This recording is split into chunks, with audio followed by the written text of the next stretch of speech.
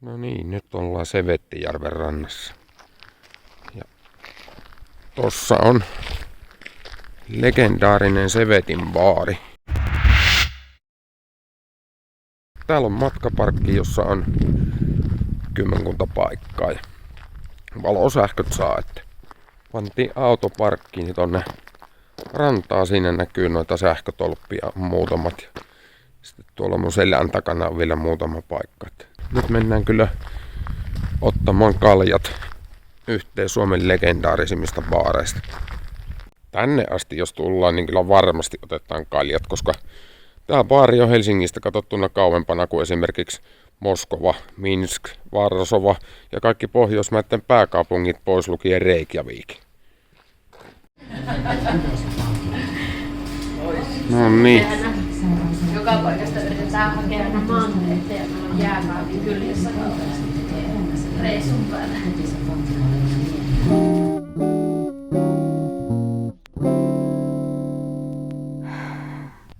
Tuossa on tommonen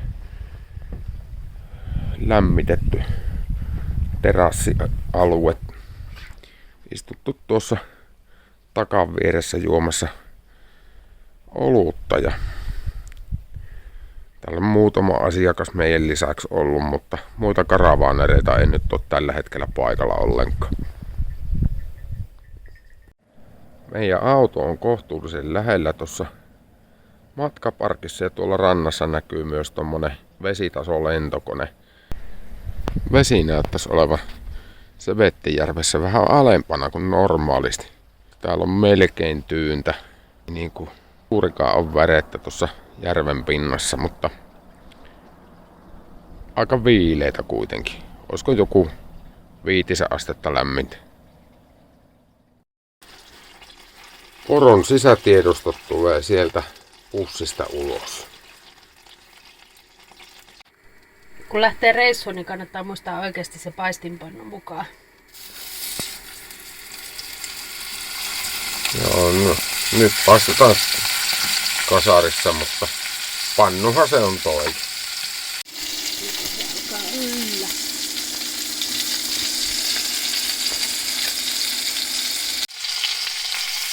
Jauhdit ympäri. No niin, nyt on ollut 3 minuuttia. Pitäisi vähän pienemmän.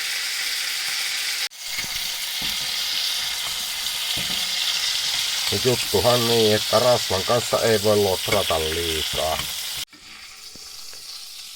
Sitten ne sisätiedostot laitetaan tonne folioon joksikin aikaa vetäytymään. Ja sitten ne on syömiskelpoisia. Ja rasvan kanssa voi tietenkin lutrata tässäkin vaiheessa.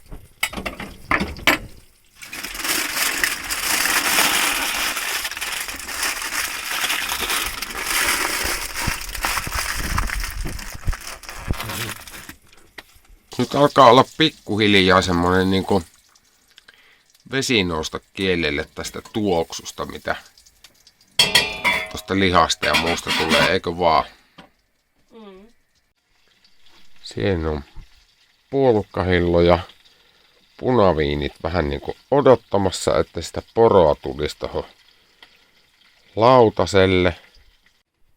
Siinä sitä nyt on sitten lautasella poron sisätiedostoa ja peruna ja porkkana ja ruusukaali ja puolukkahilloa ja muuta semmoista. Uskoisin ainakin, että tää maistuu aika hyvälle.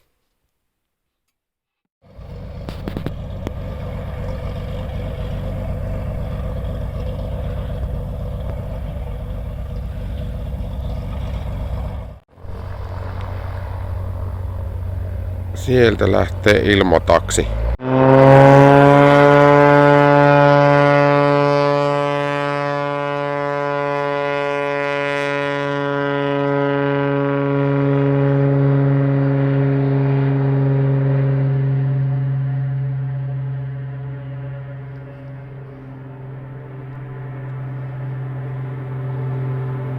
Tuolla pääsee esimerkiksi Inariin ja Erämaajärville ja muualle.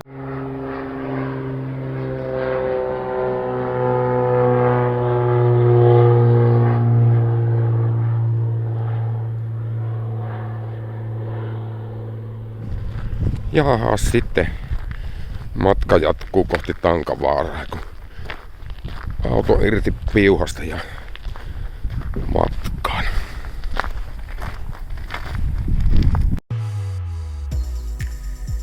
Ja sitten lähdettiin Sevettijärveltä Inarin suuntaan.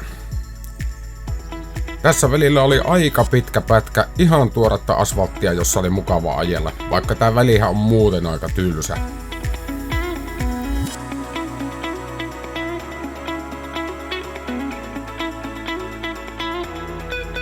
Inarin kylästä ajettiin pysähtymättä ohi, mutta sitten pysähdyttiin noin 15 kilometrin päässä olevalle karhunpesälle. Pomppuja on niin joka paikassa.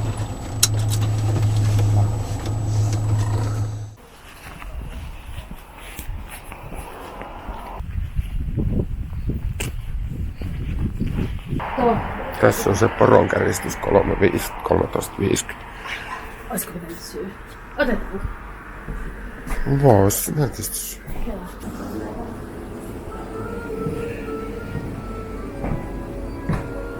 Joo. Terve.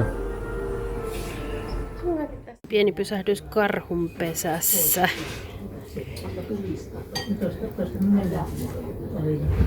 Käristykset naamuun.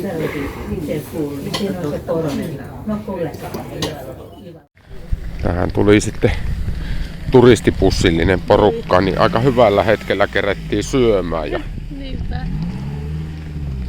poronkäristykset naamassa, niin ei ole läheskään niin nälkä enää.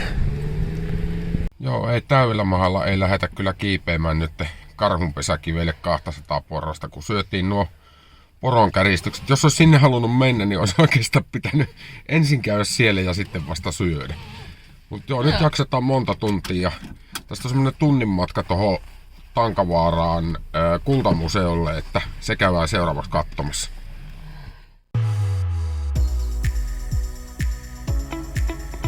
Ja matka jatkui. Ivalostakin ajettiin pysähtymättä ohi. Seuraava pysähdys oli sitten Tankavaaran kultamuseossa. Se on jännä, miten täällä adaptoituu näihin välimatkoihin. Tuokin 85 kilometriä tuntuu, ettei se ollut mitään.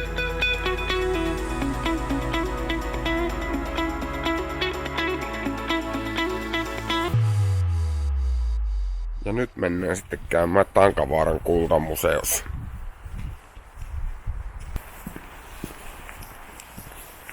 Näyttäisi, että tuosta parkkipaikalta on vissiin 200 metriä tonne museolle. Kohtuullisen pieni ravintola on kyllä tämä. Ja. Pohjois-Suomen kaivosrautatie osakeyhtiö. Okei, siinä. Se on lukossa. Joo, ei tosta saa minkäännäköistä videota ton ikkunan läpi.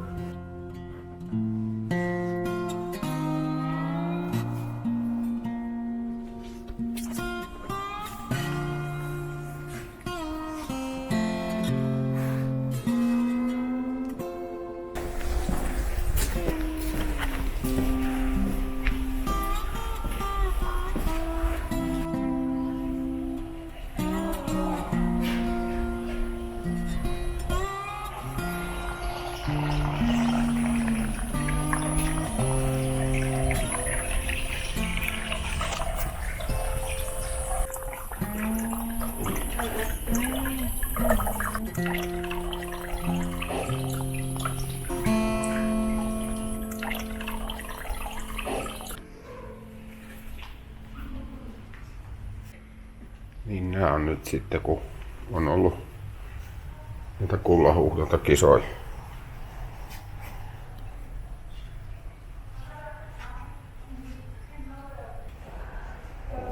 Kansainvälisiä juttuja maailmalta. Tässä on semmonen automaattipiano, mikä on niinku Vaikka se saluu noissa elokuvissa.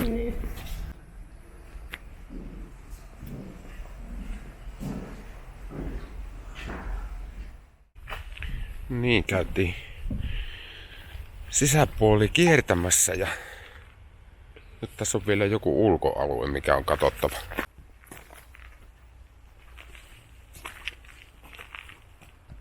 Vaska ja patsas. Tai sitten toisinpäin. Tämä on auki vaan tilauksesta lukee tossa, mutta siinä sais huuhtoa sitten ihan itse. Ja tuuri pitäisi olla, niin sieltä voisi sitten löytyä hippu. On muuten melkoisen hienon näköistä keloa tuon talon hirret.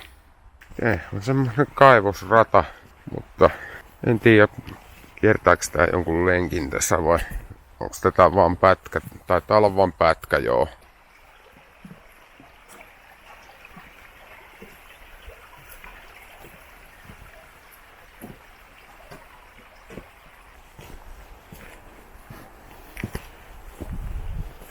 Niin, nyt nähtiin Kultamuseo ja ihan mielenkiintoinen paikka. Kyllä tossa kannattaa käydä. Tänä aukioloajat on vaan vähän ankeet silleen, että oliko tää nyt 5 asti auki vai miten se oli? Joo, nyt ja sitten 29. alkaen vaan 4 ja arkisin. Joo.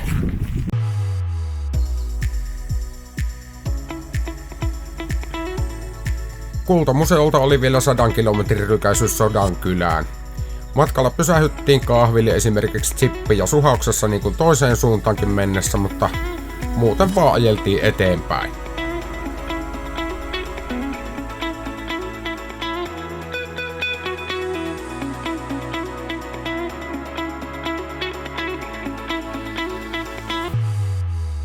Sattuu aika erikoinen juttu. Tossa on yksi transitpohjainen matkailuauto niin kuin meilläkin.